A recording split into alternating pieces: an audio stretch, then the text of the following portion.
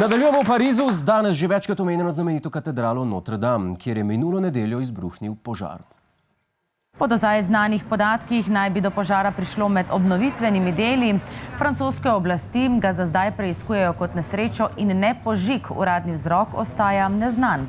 Ja, francoski preiskovalci torej izključujejo, da bi šlo za požig. Z njimi pa se očitno ne strinja znan slovenski preiskovalec požarov Branko Grims, ki je na Twitter zapisal, da je bila cerkev Notre Dame žrtev napada islamistov.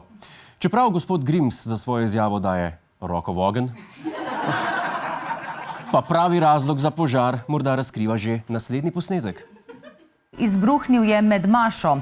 Ljudje pa so katedralo zapustili šele takrat, ko je k duhovniku med maševanjem pristopil policist in mu dejal, da ne gre za vajo, pač pa resničen ogenj in nevarne razmere.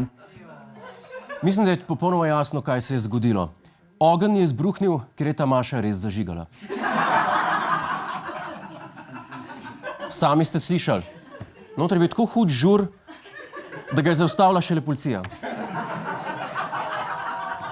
In kaj narediš, ko policaj prekine tvojo žurko? Preseliš jo na ulico.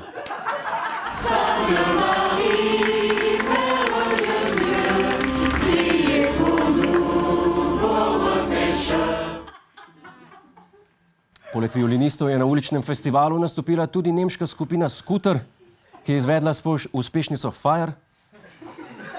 Za njo pa so zbrano množico navdušili še Kingstoni s komadom Gori, gori, Notre Dame gori.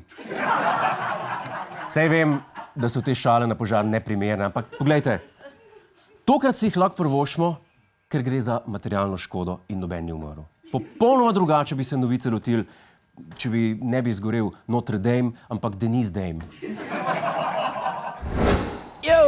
To je naš YouTube kanal. Klikni na ta gumb in se naroči, da boš na tekočem. Polajkaj nas tudi na Facebooku in na Twitterju. Pa po pameti!